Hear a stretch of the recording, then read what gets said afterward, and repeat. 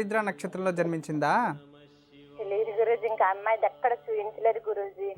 ఆరిద్ర నక్షత్రంలో జన్మించింది. ఆరిద్ర నక్షత్రం 4వ పాదం మిథున రాశిలో జన్మించింది తల్లి. రాహు మహాదశలోనే జన్మించింది అమ్మాయి. కోపం ఎక్కువ, మొండుతనం చాలా. ఇక తానేమనుకుంటే అదే జరగాలి. ప్రపంచంలో ఆమెకి అందరితో చాలా బాగుంటుంది, తల్లి దగ్గర మాత్రం శత్రువు అయిపోతుంది తల్లి. అలాగే ఉంటానే ఇప్పుడు మీ కూతురు మీ దగ్గర అలాగే ఉంది, ఇప్పుడు హాస్టల్లో ఉంది గురూజీ. మీరేమో ఇంటికి వద్దు, నువ్వు అక్కడే చదువుకో అని మీరు చెప్తూ ఉంటారు. ఆమె ఇంటికి వస్తే నీకే బాధ, అందరికీ నీ ఇష్టమో అని ఆమె చెప్తూ ఉంటుంది గురూజీ. అదే కదా? అదే అదే అలాగే జరుగుతుంది, కాకపోతే కొంచెం అర్థమైంది. ఇప్పుడు హాస్టల్లో ఉండడమే మంచిది. అవును గురూజీ. అక్కడే పెట్టండి. చూడండి, లోకము మనము పిల్లల్ని ఎంతగా మంచిగా, మన కడుపులోనే పుట్టింటారు, మనం ఇంత మంచిగా ఉండాలి. ఇన్ని కష్టాలు అమ్మాయికి అన్నీ తెలుసు, మీరు పడిన కష్టాలు తెలుసు, అన్ని గురించి ఆలోచిస్తుంది. కానీ పక్కన ఉన్నవారు ప్రపంచం అలా చెడిపేస్తుంది తల్లి. చుట్టుపక్కల వాతావరణం అలా చేసింది అమ్మాయిని. నేను గురూజీ, ఎందుకంటే మీ యోగక్షేమాలు చూసి మళ్ళీ అడిగిద్ది నా గురించి ఏమన్నా, ఈసారి అది కాని వస్తే నా గురించి అడుగు మమ్మీ అని కూడా చెప్పింది గురూజీ. మీరు చెప్పండి, నువ్వు బాగా చదివితే నీ జీవితం చాలా బాగుందంట, నువ్వు పోలీస్ ఆఫీసర్ అవుతావు అని చెప్పండి. అమ్మాయి జాతకులో ఉంది, పోలీస్ ఆఫీసర్ అవుతుంది, లేదంటే మిలిటరీలో ఉంటుంది, పెద్ద ఆర్మీలో ఉంటుంది, లీగల్ డిపార్ట్మెంట్లో వర్క్ చేస్తుంది అని అనమాట. అంటే చట్టంలో పనిచేస్తుంది అని, చట్టంలో ఉంటుందన్నమాట. అలా అలా పనిచేస్తుంది, చాలా మంచిది. కానీ ఇప్పుడు మనం ఏం చేస్తామంటే ఈ రాహు బృహస్పతి సంధి శాంతి ఏం చేయాల్సి ఉండింది. ఎక్కడో మీరు కొంచెం ఇది ఎఫెక్ట్ అయింది, అందువల్ల ఇలా జరుగుతూ ఉంది. ప్రజెంట్ ఇప్పుడు ఏం ప్రాబ్లం ఏం లేదు.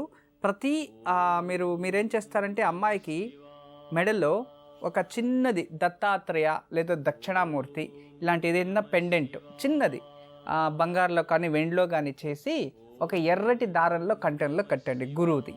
తర్వాత అలా చేస్తూ ఉన్నట్టుగానే ప్రతి బుధవారం రోజు దగ్గరలో లక్ష్మీనారాయణ లక్ష్మీ వెంకటేశ్వర స్వామి దేవాలయం ఉంటుంది. ఆ దేవాలయంలో వెళ్ళి ఒక నెయ్యి దీపం వెలిగించి, లక్ష్మీ వెంకటేశ్వర లక్ష్మీ నెయ్యి దీపం వెలిగించి, తర్వాత పెసరపప్పు లేదా పెసర్లు, ఒక పచ్చరంగు గుడ్డ దాని చేతిలో పెట్టుకొని నవగ్రహాల దగ్గర బుధగ్రహం ఉంటుంది, అక్కడ పెట్టి తులసి, ఆ బుధుడు ముందు తులసి పెట్టి అర్చన చేసుకొని రండి.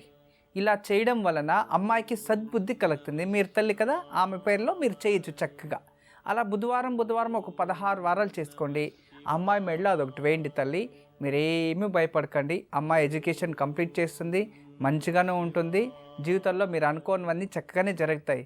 ఇప్పుడు పీరియడ్ ఆఫ్ టైం బాగలేదు కాబట్టి, గోచార ఫలంలో ఇలా సంధిలు వచ్చాయి కాబట్టి ఇలా అమ్మాయి మనసు ఇలా అయ్యి ఏదేదో వచ్చిందనమాట. కానీ అవన్నీ దూరం అయిపోతాయి, మీరేమీ భయపడకండి. అవన్నీ దూరం అయిపోయి అమ్మాయికి సద్బుద్ధి రావాలని నేను ఆ పరమేశ్వరునితో వేడుకుంటున్నాను తల్లి. మీకు అన్నీ తప్పకుండా శుభం జరుగుతుందమ్మా. నమస్తే అమ్మ. అలాంటి వాళ్ళది నిజమైన ప్రేమ కాదు, అది వ్యామోహం. ఎగ్జాక్ట్లీ చిన్నత్త, నిజంగా ప్రేమించుకున్న వాళ్ళు అలా చేయరు. ఎంత మనసు విరిగిపోతే కన్న కూతుర్ని పట్టుకొని మా దృష్టిలో చచ్చిపోయా ఉంటుందా తల్లి? అది సరే అమ్మా, తన కూతురుతో తన మాట అనేటప్పుడు ఆమె మాటల్లో వ్యథ, కళ్ళల్లో బాధ గమనించావమ్మా? పెద్దబాబుకు బర్త్డే విషెస్ చెప్పు కూడా వెళ్ళాం కదా. ఊరికే ఎలా కాలిపోతుంది? మంట పెడితేనో పడితేనో తగలబడుతుంది.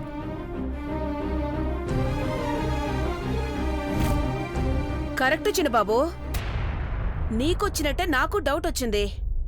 పార్వతే షర్టును తగలబెట్టిందనుకుంటా.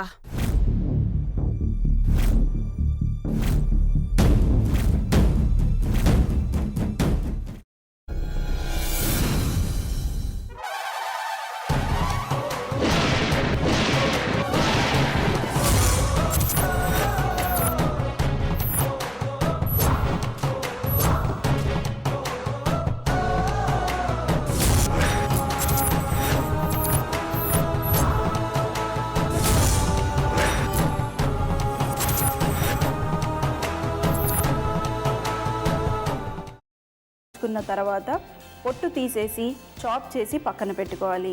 ఒక ప్యాన్లో కొద్దిగా నూనె వేడి చేసి అందులో ఆవాలు, మినప్పప్పు, శనగపప్పు, కరివేపాకు, సన్నగా తరిగి పెట్టుకున్న ఉల్లిపాయలు వేసుకుని 1 నిమిషం పాటు వేయించుకోవాలి. ఆ తర్వాత కాల్చి కట్ చేసి పెట్టుకున్న వంకాయని కూడా అందులో వేసుకుని బాగా మిక్స్ చేసి బౌల్లోకి ట్రాన్స్ఫర్ చేసుకుని అందులో తగినంత చిక్కటి పెరుగు లేదా పల్చటి పెరుగు వేసుకుని మిక్స్ చేసి అన్నంతో కానివ్వండి, చపాతీతో కానివ్వండి సర్వ్ చేసినా చాలా బాగుంటుంది.